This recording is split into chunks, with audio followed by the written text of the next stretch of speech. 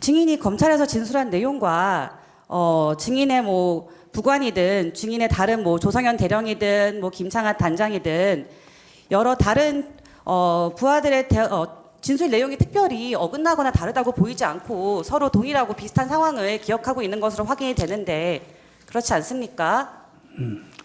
재판장님, 제가 잠시 당시 상황을 좀 설명드릴 수 있겠습니까? 해보십시오. 네.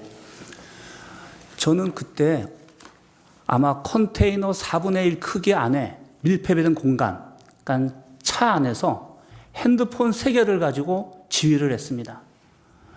창문 2개를 통해서 바깥을 보면서 상황을 인지했고, 그 다음에 대부분 전화는 한 번도 끊어짐 없이 쉼없이 전화가 오고 갔습니다.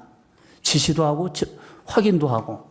그런 과정에 아마 군인들이면 장갑차 안에서 무전기 3개 들고 작전을 하면 무엇이 기억나고 안 나고 내가 한 말이 무엇인지도 모릅니다.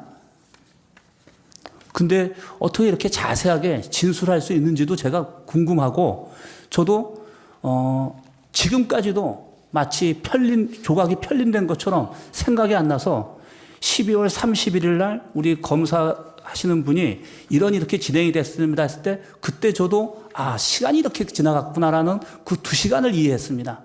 근데 이 내용을 가지고 저보고 다 얘기하라고 한다면 사실은 그건 굉장히 위험하고 오히려 위증 가능성이 많다고 생각하기 때문에 제가 답변을 못 드린다는 것을 양해드리면서 드리겠습니다. 이상입니다.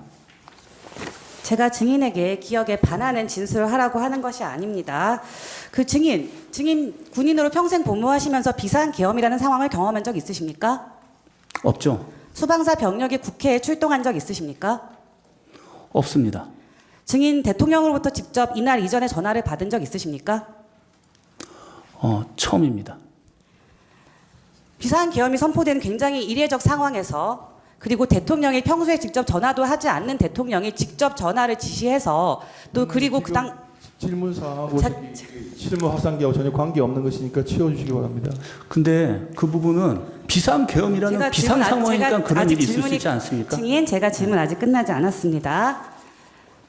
그런 이례적인 상황에서 또 대통령이 직접 전화로 지시를 하는데 대통령의 지시 내용에는 4명에서 1명씩 끌어내라, 국회의원을 끌어내라, 문을 부수고 나서도 들어가라, 뭐 총이라는 단어, 체포라는 단어, 민주주의 사회에서 차마 상상하기 어려운 사실은 굉장히 무거운 책임을 질 수도 있는 그런 충격적인 대화를 그런 지시를 내렸는데 그 상황을 기억하지 못한다는 게 가능합니까?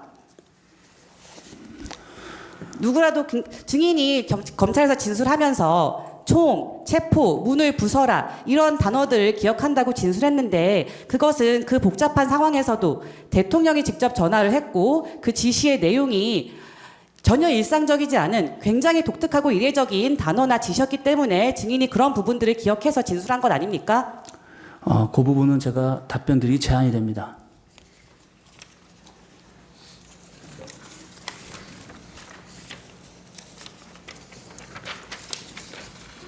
(14만) 가항까지 생략하겠습니다. 증인 대통령이 비상계엄을 선포하기 전이나 또 계엄 중에 대통령이나 김용현 장관이 증인에게 이 사건 계엄이 짧게 끝날 것이라거나 경고성 계엄이니까 국회가 계엄 해제 요구를 의결하면 뭐 바로 철수하고 임무가 종료될 거다라는 이야기를 한 적이 있나요? 답변드리지 않겠습니다. 주신문 남는 부분 추후에 재주신문 때 혹시 활용할 수 있도록 해주시면 감사하겠습니다. 일단 6분 남겨놓으세요. 예.